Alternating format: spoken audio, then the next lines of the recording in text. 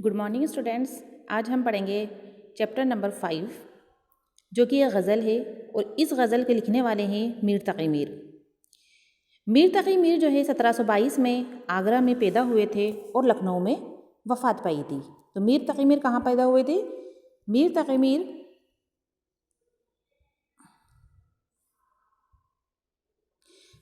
میر آگرہ میں پیدا ہوئے تھے اور لکھنؤ میں وفات پائی تھی۔ 1722 میں پیدا ہوئے تھے اور 1810 میں وفات پائی تھی۔ میر تقی میر آگرہ میں پیدا ہوئے تھے، ابھی بچے ہی تھے کہ والد کا انتقال ہو گیا، یعنی میر تقی میر کے والد کا انتقال ان کے بچپن میں ہی ہو گیا تھا۔ کچھ دن بعد وہ دہلی میں آ بسے۔ آگرہ میں پیدا ہوئے تھے اور کچھ دن بعد وہ دلی میں آ بسے۔ دلی کی زندگی میں انتشار پیدا ہونے لگا تو میر تلاش معاش میں لکھنؤ چلے گئے۔ دلی کی زندگی میں جب دلی کی زندگی میں ان کو پریشانیاں آنے لگیں، مشکلیں پیدا ہونے لگیں، کیونکہ جس ٹائم 1722 اور 1810 کے بیچ میں احمد شاہ ابدالی نے دلی پر حملہ کیا تھا، تو اس وقت کا بتا رہے ہیں۔ تو اس وقت جب دلی کی زندگی میں پریشانیاں اور مشکلیں پیدا ہونے لگیں تو وہ تلاش معاش میں لکھنؤ چلے گئے۔ تلاش معاش میں کہاں چلے گئے؟ تلاش معاش یعنی روزی کی تلاش میں۔ تو پھر وہ روزی کی تلاش میں لکھنؤ چلے گئے۔ تلاش معاش یعنی روزی کی تلاش۔ باقی زندگی لکھنؤ میں ہی گزاری اور وہیں ان کا انتقال ہو گیا۔ تو میر تقی میر آگرہ میں پیدا ہوئے تھے اور تلاش معاش یعنی روزی کی تلاش کے اندر وہ کہاں پر آ کے بس گئے تھے؟ دلی میں آ کے بس گئے تھے، اور اس کے بعد وہ لکھنؤ چلے گئے اور لکھنؤ میں ان کا انتقال ہو گیا۔ میر کلاسیکی غزل کے ایک بڑے شاعر ہیں۔ میر کلاسیکی غزل ایسی غزل جو کہ ہر دور میں پسند کی جاتی ہے۔ میر کلاسیکی غزل کے ایک بہت بڑے شاعر ہیں، وہ اردو غزل کے امام سمجھے جاتے ہیں۔ امام کسے بولتے ہیں؟ وہ اردو غزل کے امام سمجھے جاتے ہیں، یعنی اردو غزل کے جتنے بھی شاعر ہوئے ہیں ان میں سب سے بڑا مرتبہ کس کا ہے؟ میر تقی میر کا۔ وہ اردو غزل کے امام سمجھے جاتے ہیں۔ سادہ اور عام فہم زبان میں سوز و گداز کی کیفیت پیدا کرنے میں میر کا کوئی ثانی نہیں ہے، یعنی سادہ اور عام فہم زبان میں سوز و گداز کی کیفیت پیدا کرنے میں میر کا کوئی ثانی نہیں ہے۔ ٹھیک ہے، سادہ اور عام فہم زبان یعنی ایسی زبان جس کو کہ جو آسانی سے سمجھ میں آ جائے، ایسے الفاظوں کا استعمال کرتے ہیں جو کہ آسانی سے سمجھ میں آ جائے، اور ایسے الفاظ سادہ اور عام فہم یعنی سمپل الفاظوں سے وہ سوز و گداز کا مطلب ہوتا ہے درد کی کیفیت، غمگین شاعری جسے اپن کہیں نا غمگین شعر کرتے ہیں، تو سادہ اور عام فہم زبان میں بھی سوز و گداز کی کیفیت پیدا کرنے میں میر کا کوئی ثانی نہیں ہے۔ وہ سمپل ورڈز کے اندر بھی ایسی درد کی کیفیت پیدا کر دیتے ہیں، اور درد کی یہ جو کوالٹی ہے اس کو پیدا کرنے میں میر کا کوئی ثانی نہیں ہے۔ ثانی یعنی ان کے برابر کوئی دوسرا نہیں ہے۔ تو میر تقی میر سوز و گداز کے سب سے بڑے شاعر ہیں میر تقی میر۔ غزلوں کے علاوہ شاعری میں دوسری اصناف میں بھی انہوں نے جوہر دکھائے ہیں۔ جوہر کا مطلب کیا ہوتا ہے؟ کمال۔ تو غزلوں کے علاوہ دوسری شاعری میں کی اصناف میں بھی انہوں نے جوہر دکھائے ہیں، یعنی جیسے غزل ہوتی ہے پوئٹری کے اندر، ٹھیک ہے، تو نظم ہوتی ہے، مثنوی ہوتی ہے، قصیدہ ہوتا ہے، مرثیہ ہوتا ہے۔ قصیدہ ایسی نظم جس میں کسی کی تعریف بیان کی جاتی ہے، مرثیہ ایسی نظم جس میں مرنے والے پر ماتم کیا جاتا ہے، ٹھیک ہے، غزل ہے، نظم ہے، تو اس کے اندر دوسری مثنوی ہے۔ تو اس کے علاوہ بھی انہوں نے دوسرے اصناف میں جوہر دکھائے ہیں۔ ان کی مثنوی بہار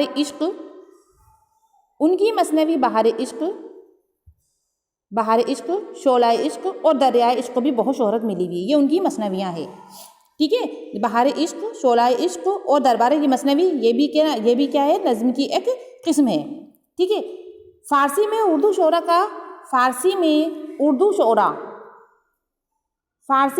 شعراء کا تذکرہ اور نکات الشعراء اور ذکر معاش کے عنوان سے بھی انہوں نے سوانح حیات لکھی ہے، یعنی انہوں نے غزلیں بھی لکھی ہیں، مرثیے غزلیں بھی لکھی ہیں، مثنوی بھی لکھے ہیں، سوانح حیات بھی لکھے ہیں۔ سوانح حیات یعنی آپ بھی تھی۔ تو فارسی میں اردو شعراء کا تذکرہ، تو انہوں نے فارسی لینگویج کے اندر اردو شعراء کا تذکرہ، شعراء کس کی جمع ہے؟ شعراء جو ہے وہ شاعر کی جمع ہے۔ کس کی جمع ہے؟ شعراء جو ہے وہ شاعر کی جمع ہے۔ شعراء شاعر کی جمع۔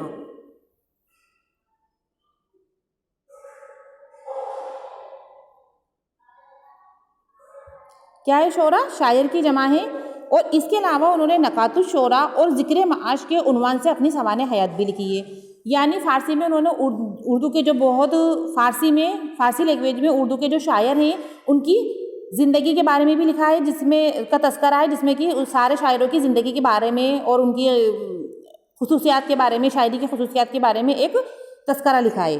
نکات الشعراء اور ذکر معاش کے عنوان سے بھی اپنی سوانح حیات لکھی ہے. یعنی اس کے علاوہ انہوں نے اپنی سوانح حیات یعنی انہوں نے اپنی آپ بیتی اپنی زندگی کے اوپر، جسے اپن بایوگرافی بولتے ہیں، تو انہوں نے اپنی پوری زندگی کے اوپر سوانح حیات لکھی ہے. سوانح یعنی حیات یعنی زندگی، اور سوانح یعنی پوری زندگی کے بارے میں، کہ انہوں نے جیسے ان کی بچپن میں ان کا کیسے گزرا، کیسے کون سی مشکلوں کا سامنا کرنا پڑا، پھر انہوں نے شاعری کس طرح کی، کس طرح انہیں شاعری میں بھی مشکل آئیں، کیا نام ہے، دلی میں مشکل آئیں، پھر انہوں نے شاعری کے اندر بھی مشکل آئیں، لیکن انہوں نے اپنے حساب سے بہت زیادہ سفلتا حاصل کی. تو نکات الشعراء اور ذکر معاش کے عنوان سے بھی سوانح حیات لکھی ہیں. تو یہ نکات الشعراء اور ذکر میر جو ہے یہ میر تقی میر کی سوانح حیات ہیں. ٹھیک ہے. انہیں خدائے سخن کے لقب سے بھی یاد کیا جاتا ہے. ٹھیک ہے. لقب یعنی جیسے کسی کی کام کی وجہ سے جو نام دیا جاتا ہے، کوئی انسان کام کرتا ہے تو اس کو اسی کے حساب سے اس کو لقب دے دیا جاتا ہے، تو لقب اسے کہتے ہیں کسی کے کام کی وجہ سے دیا گیا نام. ٹھیک ہے. اب آگے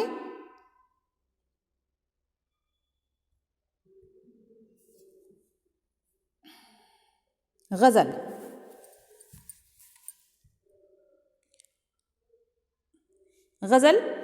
غزل کسے کہتے ہیں؟ دیکھو، سب سے پہلے ایک ہوتی ہے نظم اور ایک ہوتی ہے غزل. نظم اور غزل اور نظم یہ بھی دونوں پوئٹری میں کی ہیں. تو نظم ایسی نظم کو کہا جاتا ہے جو ایک ہی ٹاپک پر لکھی جاتی ہے، یعنی جس کے تمام اشعار جو ہوتے ہیں وہ ایک ہی ٹاپک پر ہوتے ہیں. ٹھیک ہے. لیکن غزل میں ایسا نہیں ہے. غزل میں ہر ایک شعر جو ہوتا ہے، یہ دو مصرے ہیں، یہ ایک مصرع یہ ہے، ایک مصرع یہ ہے، یہ دونوں مل کر کیا بن رہا ہے، یہ ایک شعر بن رہا ہے. ٹھیک ہے. تو یہ دونوں مصرے مل کر ایک شعر بن رہا ہے. تو جو پہلا شعر ہے وہ الگ ٹاپک پہ ہو سکتا ہے، دوسرا الگ، تیسرے پہ الگ، چوتھے پہ الگ. غزل میں ایسا ہوتا ہے. لیکن نظم میں ایسا نہیں ہوتا. نظم میں ہر ایک ٹاپک پر، ایک ہی ٹاپک پر پورے شعر ہوتے ہیں. جیسے اپن نے لکھتے ہیں، جیسے اپن نے اسماعیل میرٹھی کی حمد پڑھی. ٹھیک ہے. نذیر اکبر آبادی کی پن نے پڑھی نیکی اور بدی. تو وہ جتنے بھی اشعار تھے وہ سب نیکی اور بدی سبھی ایک ہی بات پہ تھے. تو نظم میں ایسا ہوتا ہے، لیکن غزل میں ایسا نہیں ہوتا. غزل میں شاعر کچھ اور کہنا چاہتا ہے، ایک شعر میں تو کچھ اور کہتا ہے، تو دوسرے شعر میں کسی اور بات پہ کہتا ہے، تو تیسرے شعر میں کسی اور بات پہ کہتا ہے. ٹھیک ہے. غزل کا جو پہلا شعر ہوتا ہے، یہ غزل کا پہلا شعر ہے. ٹھیک ہے نا. یہ والا غزل کا پہلا شعر. تو غزل کے پہلے شعر کو اپن کیا بولتے ہیں؟ غزل کے پہلے شعر کو اپن مطلع بولتے ہیں. غزل کے پہلے شعر کو اپن کیا بولتے ہیں؟ مطلع بولتے ہیں. ٹھیک ہے. مطلع کیسے ہوتا ہے؟ جو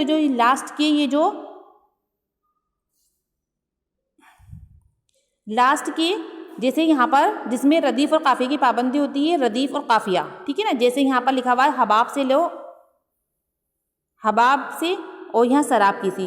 تو یہ دونوں سیم ہے، یعنی ان میں دونوں میں سیم ساؤنڈ نکل رہا ہے. لاسٹ والے میں سیم ورڈ آ رہا ہے اور اس سے پہلے سیم ساؤنڈ لگا ہے، جیسے حباب سراب. تو غزل کے پہلے شعر کو مطلع کہتے ہیں، جس میں ردیف اور قافیے کی پابندی ہوتی ہے. ٹھیک ہے.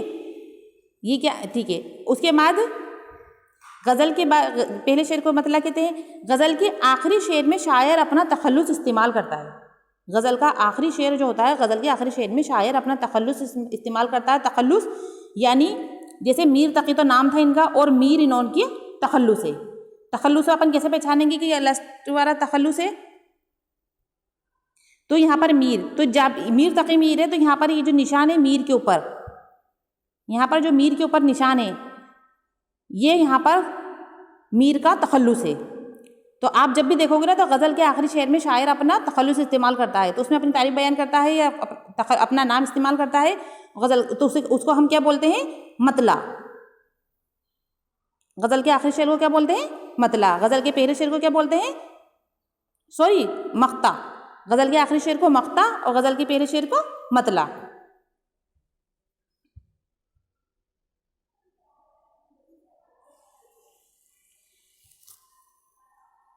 ٹھیک ہے.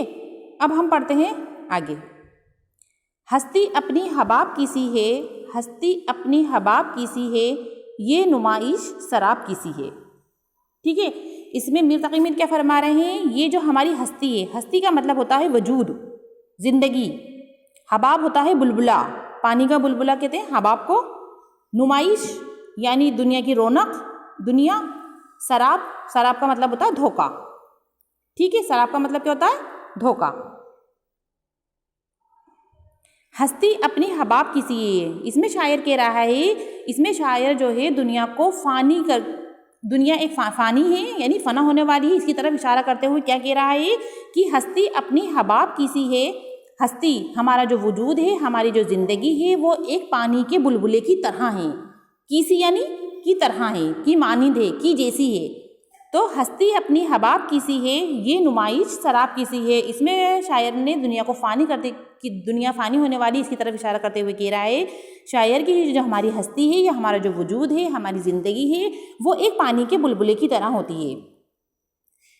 جس طرح پانی کا بلبلا تھوڑے وقت کے لیے نمودار ہوتا ہے یعنی ظاہر ہوتا ہے، اسی طرح ہماری جو زندگی ہے وہ بھی کچھ وقت کے لیے ہے اور اس کے بعد وہ ختم ہو جائے گی۔ یہ نمائش سراب کی سی ہے، یہ جو دنیا ہے، یہ جو دنیا کی رونق ہے، نمائش ہے، یہ سب ایک سراب یعنی دھوکا ہے۔ ایسا نہیں، اپن کیا سوچتے ہیں کہ نہیں صاحب ہماری زندگی ہے بہت لمبی زندگی، لیکن ہمیں ہماری زندگی کا پتہ نہیں ہے کہ کل ہم زندہ بھی رہیں گے کہ نہیں رہیں گے۔ تو یہ ایک پانی کی بلبلے کی طرح ہے کہ جو کہ جلدی سے، جو کہ نمودار ہوتا ہے اور کب ختم ہو جائے گا پتہ نہیں ہے، اور تھوڑے وقت کے لیے ہوتا ہے۔ تو یہ ہماری جتنی بھی زندگی ہے تھوڑے وقت کے لیے ہے، اور یہ نمائش، یہ جو دنیا ہے سراب کی سی، اور یہ جو دنیا ہے یہ صرف ایک دھوکا ہے۔ سراب بولتے ہیں دھوکے کو۔ جیسے اپن ایک ریگستان میں جا رہے ہیں، گرمی میں جا رہے ہیں، گرمی میں ریگستان میں جا رہے ہیں، تو ہم جیسے چلتے ہیں تو ایسا لگتا ہے جو ریت کی وہ جو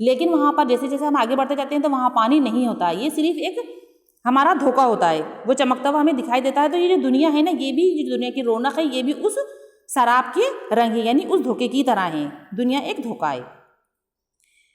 ٹھیک ہے، دوسرے شعر میں شاعر کہہ رہا ہے، نازکی اس کے لب کی کیا کہیے، پنکھڑی ایک گلاب کی سی ہے، نازکی اس کے لب کی کیا کہیے، پنکھڑی ایک گلاب کی سی ہے۔ اب دیکھیے، پہلے شعر میں تو شاعر نے زندگی کے بارے میں بتایا ہے، اب دوسرے شعر میں شاعر کچھ اور کہتا ہے۔ ٹھیک ہے، اب اس میں دوسرے شعر میں شاعر اپنے محبوب کے ہونٹوں کی تعریف بیان کر رہا ہے۔ نازکی اس کے لب کی، نازکی کا مطلب ہوتا ہے نزاکت، نازکی کا مطلب نزاکت، ٹھیک، لب یعنی ہونٹ۔ تو اس میں شاعر کہہ رہا ہے، نازکی اس کی لب کی کیا کہیے، پنکھڑی ایک گلاب کی سی ہے۔ اس میں شاعر کہہ رہا ہے کہ میں اپنے محبوب کے ہونٹوں کی تعریف کس طرح کروں، میرے محبوب کے ہونٹ جو ہیں وہ اسی طرح ہیں جس طرح ایک گلاب کی پنکھڑی ہوتی ہے، پتی کی طرح ہیں۔ کیوں ہے؟ دیکھیے، اب یہاں پر یہ جو اشعار ہیں، یعنی یہ جو شعر ہے نا، وہ تشبیہ ہے۔ تشبیہ کسے کہتے ہیں؟ میں نے آپ کو 9th میں بھی بتایا تھا کہ تشبیہ کسے کہتے ہیں؟ ایک چیز کو دوسری چیز کے مانند بتانا، کی طرح بتانا، کس کی وجہ سے؟ اس کی اسپیشلٹی کی وجہ سے، اس کی کوالٹیز۔ اب جیسے نازکی، اب اس میں جو نازکی ہے، اب یہ بتائیے کہ ہونٹ کو پنکھڑی سے کیوں تشبیہ دی گئی ہے؟ کیونکہ جس طرح ایک گلاب کی پنکھڑی گلاب کا رنگ گلابی ہوتا ہے، اسی طرح ہونٹوں کا رنگ بھی گلابی ہوتا ہے۔ ایک تو یہ ہے، دوسرا ریزن کیا ہے؟ لب، ہونٹ کی پنکھڑی بھی نازک ہوتی ہے اور ہونٹ بھی نازک ہوتے ہیں، تو دوسری تشبیہ یہ آ گئی، وجہ یہ آ گئی تشبیہ دینے کی۔ ٹھیک ہے، تو نازکی اس کی لب کی کیا کہیے، پنکھڑی ایک گلاب کی سی ہے۔ تو اس میں شاعر فرما رہا ہے کہ میں میرے محبوب کے ہونٹوں کی تعریف کس طرح کروں، میرے محبوب کے ہونٹ جو ہیں وہ گلاب کی پنکھڑی کی طرح نازک ہیں، کی طرح گلابی ہیں، کی طرح خوبصورت ہیں۔ ٹھیک ہے، تو 3 وجہ ہو گئی، خوبصورتی ہو گئی، نزاکت ہو گئی اور رنگ ہو گیا اس کا۔ تو پنکھڑی اس کے لب کی کیا کہیے، نازکی اس کی لب کی کیا کہیے، پنکھڑی ایک گلاب کی سی ہے۔ اگر اس میں آ جائیں، یہ تو یہ تشبیہ اشعار ہے، اس میں تشبیہ دی گئی ہے، ایک چیز کو دوسری چیز سے تشبیہ دی گئی ہے۔ ٹھیک ہے، اب یہ تیسرا اشعار ہم نیکسٹ ویڈیو میں پڑھیں گے۔